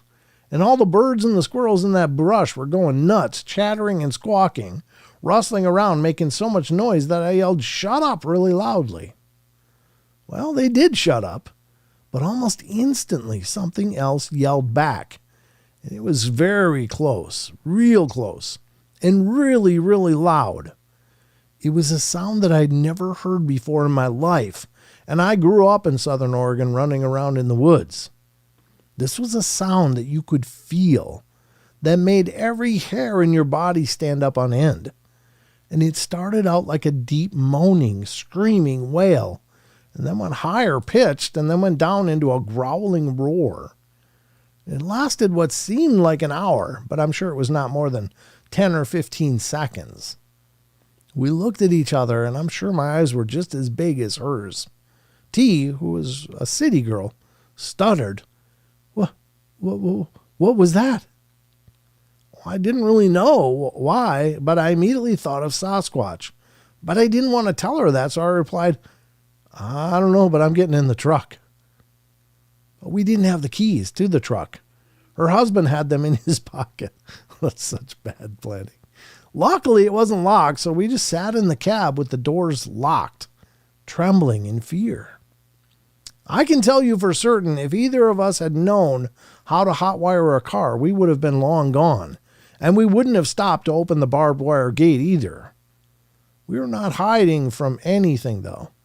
The truck was an old early 60s Chevy pickup with lots of old wooden canopy on it, and we were shaking so hard the whole truck was rattling. And we were both crying. T wanted to turn on the headlights. The truck was facing the pasture, so our backs were now to the fire, and I actually told her that if she turned on those lights, I would shoot her. I did not want to see what made that noise. And it all seems rather comical now, but it certainly wasn't at the time. When our husbands finally showed up, the fire was down to coals, and they got kind of scared because we weren't in the tent or anywhere around. They yelled our names, but we were too scared to yell back. And they finally walked over to the truck, which was parked about 20 feet from the tent, and we wouldn't open the doors until they were right next to the truck. They were laughing because we wouldn't get out of the truck because we were so scared. We told them what had happened, and of course my brother-in-law tried to say it was an elk or a mountain lion, anything but a Sasquatch. But I knew what all the bigger animals around here sound like. And believe me, whatever made that sound had to be very big. There was no way he was going to convince me it was an elk or a cougar. We wanted to leave right then and there, but they finally convinced us to go ahead and spend the night there. After all, we had several guns in the tent with us, but that wasn't very comforting to either of us. The next day, we refused to hunt there, so we drove several miles away to hunt. Both her and my abs were really sore from shaking so hard the night before. I felt like I'd done several hundred crunches. All my muscles just ached.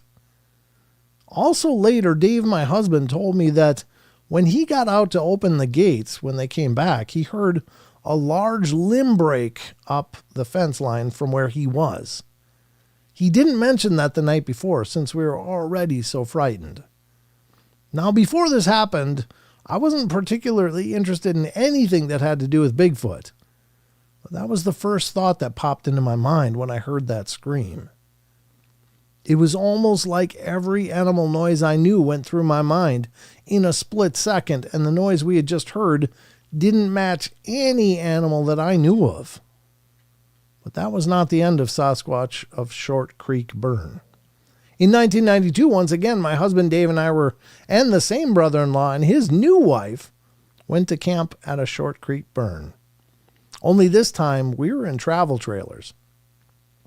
My husband and I had arrived late in the afternoon. We set up camp and built a fire, ate dinner, and were waiting for his brother and sister-in-law in tow to arrive. I guess it's sister-in-law to arrive. Sorry, I added tow somehow. They were bringing their own camper trailer up after they got off of work, which we knew would be quite late since it was a bar. He was a bartender. When it started to get dark, my husband and I went inside and just went to bed. It was still early, just getting dark, but we knew we would need to be up early to hunt for elk. And after we had just been in bed a little while, but we're not asleep yet, I heard a familiar sound. No, not again, I thought. Yep, it was back. Only further away this time. So not as loud, and I sat up and said, "Did you hear that?" My husband, in a matter-of-fact voice, replied, "Yeah, I heard it." Almost like he couldn't believe that he was really hearing it. I opened the window nearest our heads so we could hear it better. And I was not as scared this time, though. Maybe because my husband was with me, or that we were inside an RV because it was just further away, or maybe it was just because I was older and a little bit wiser. But it did not affect me the same way the first time I heard it all those years earlier.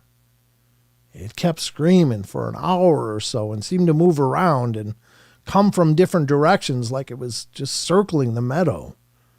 Or maybe there was just more than one. I couldn't tell for sure. Well, anyway, It finally faded off into the distance, and we fell asleep. A couple hours later, we woke up when his brother and sister-in-law arrived, and so we got up and visited with them for a little while before going back to bed.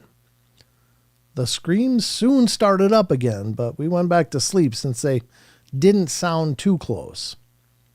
The next morning, I asked my brother and sister-in-law if they had heard anything the night before, and my brother-in-law said he didn't hear anything, but my sister-in-law quickly answered, "I heard it." I haven't been camping at Shore Creek Burn since then. But in 2017, me and my ex were going to meet up with my daughter and her husband up there to do some squatching. But the road down into the burn itself had been blocked off. And it was grown over, looked like no one has been down there for a long time. We drove on past the burn area on an old overgrown logging road till it was blocked with fallen trees, and we had to turn around. We didn't hear the usual forest noises, birds and small critters rustling of the leaves on the forest floor. It was just extremely quiet. But we did hear one bird, or what we assumed was a bird, although I've never heard a bird like that around here before. But I'm not knowledgeable of all the bird calls around here, so that doesn't mean much. But it was the only sound we heard, and it was reminiscent of the mockingjay of the Hunger Games movies, very echoey sounding. But not a repeating echo, just eerie sounding. Was it really a bird? Maybe and maybe not. After my daughter and son-in-law arrived, we sat there near the burn listening for anything out of the ordinary. And we did a couple of tree knocks and some whoops. And we had a parabolic mic with a digital recorder on which we captured a very scary roar on. And after that roar, we left the area. Okay, well, here's the sound files. So I'm not sure how long it is, but let's have a listen. So again, I think, what are the timestamps we're looking for? There's a lot of narratives. She really wrote a great. So we're looking at, I guess, 12 seconds, 27 seconds, 46, a minute 2:02, 2:11, 2:45. So if you got headphones, ladies and gentlemen, I guess kind of recommend putting them on, and let's have a listen to this. I don't know what we're going to hear. I haven't listened to this before myself, so we're going to hear it together. But if you got headphones, put them on, crank them up. I don't know how low it's going to be. Just maybe start softly, but then you can increase the volume. But let's have a listen to hear what this is.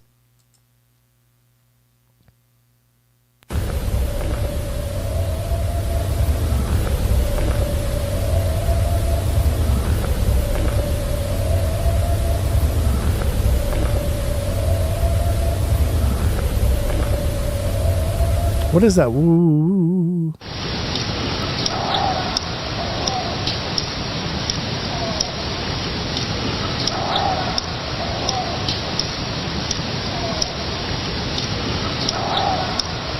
I think they're looped.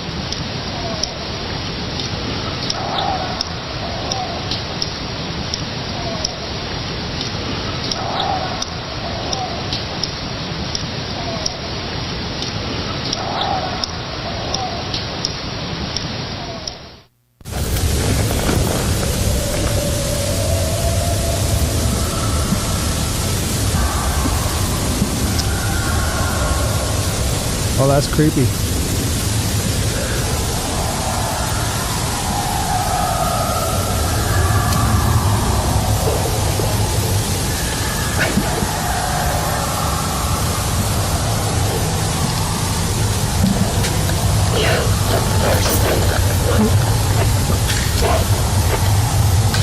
That's them talking, I think.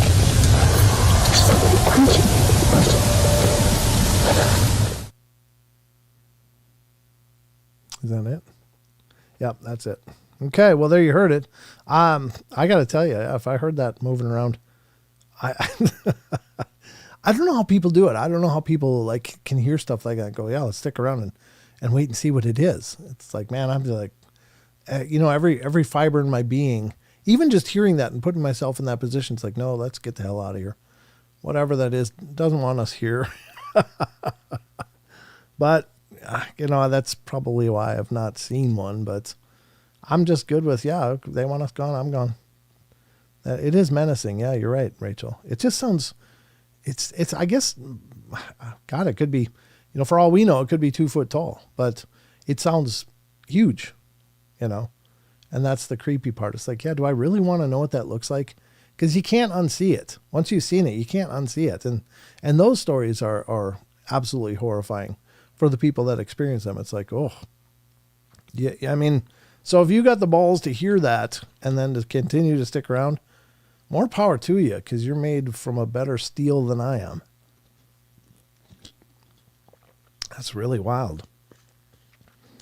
I think they're out there. I think they're out there, folks, for whatever it's worth. I got to look at the time to see what time we got. God, wait, that's it. That's it. That's the show.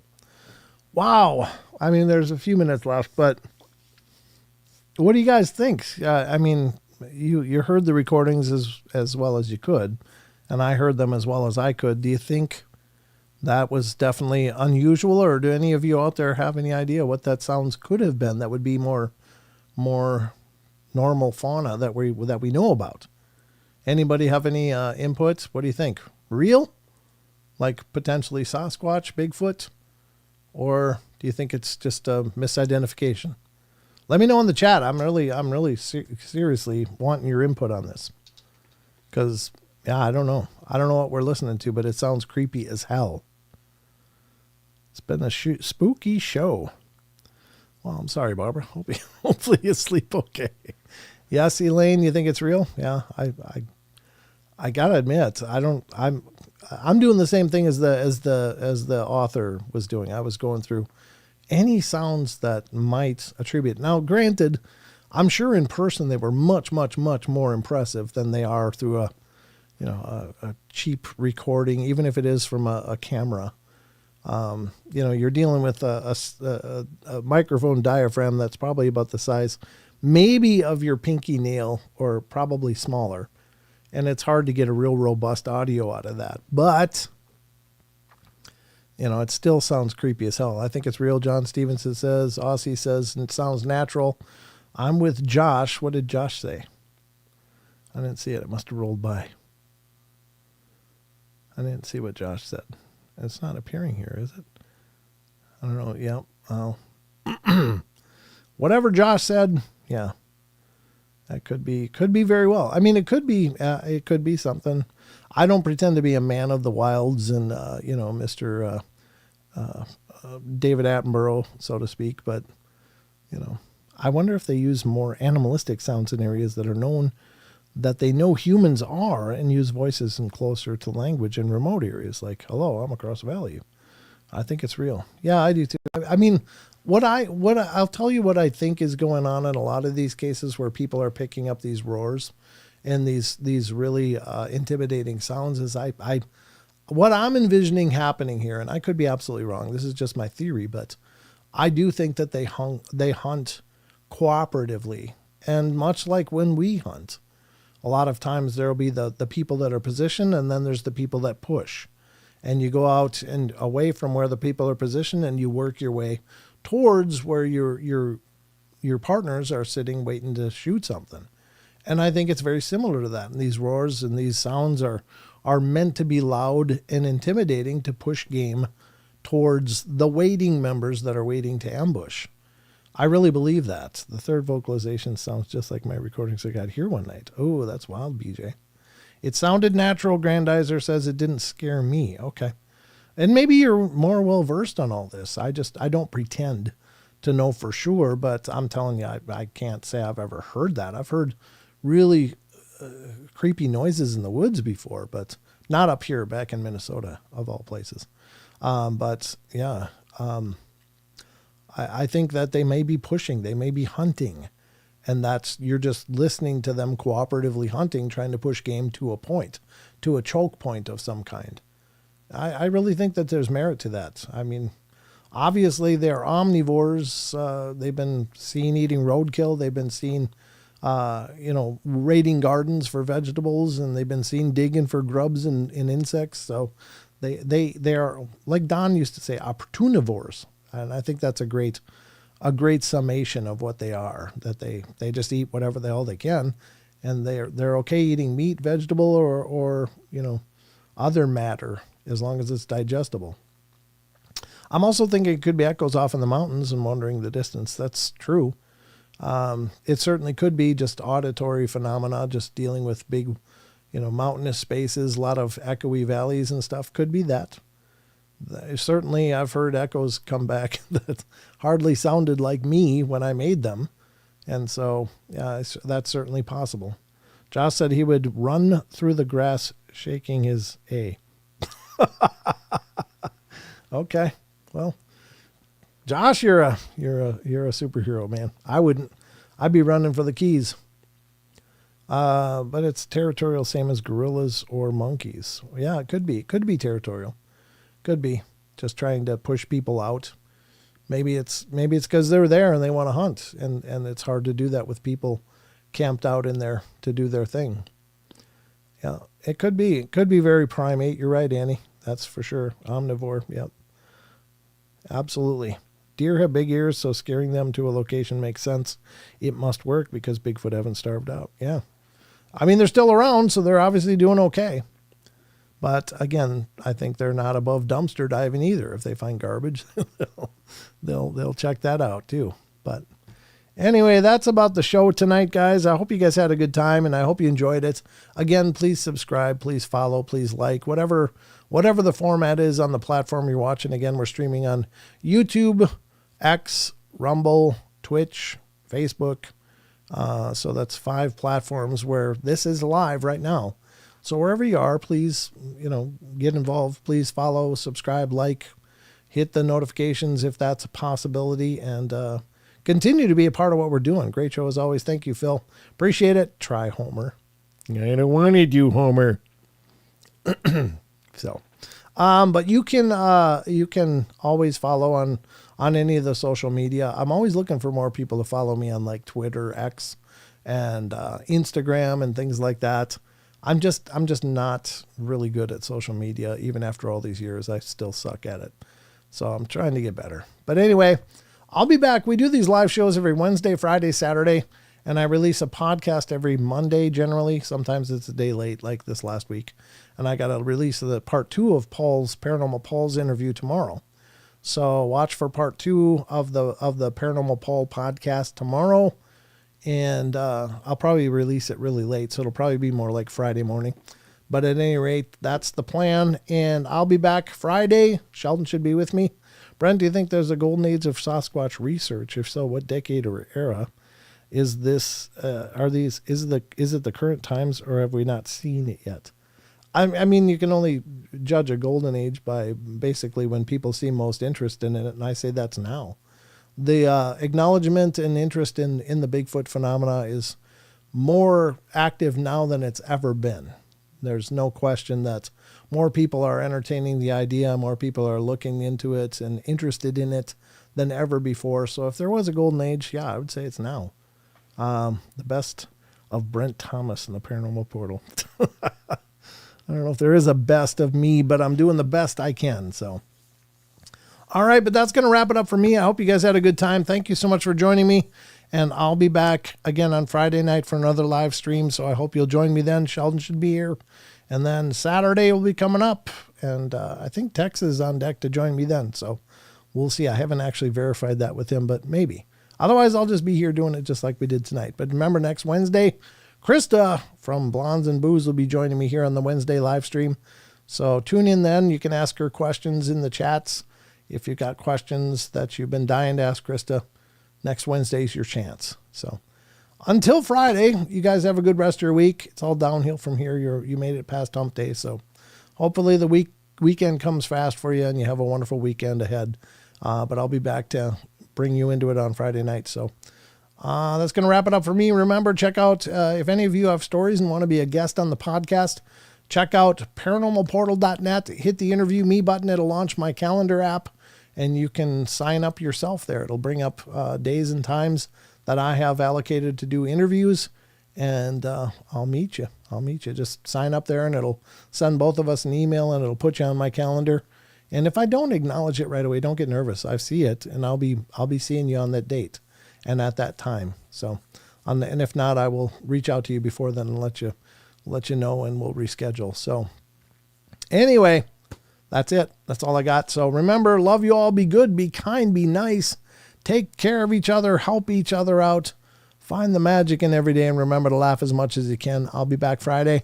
Until then, take care of yourselves. See you guys.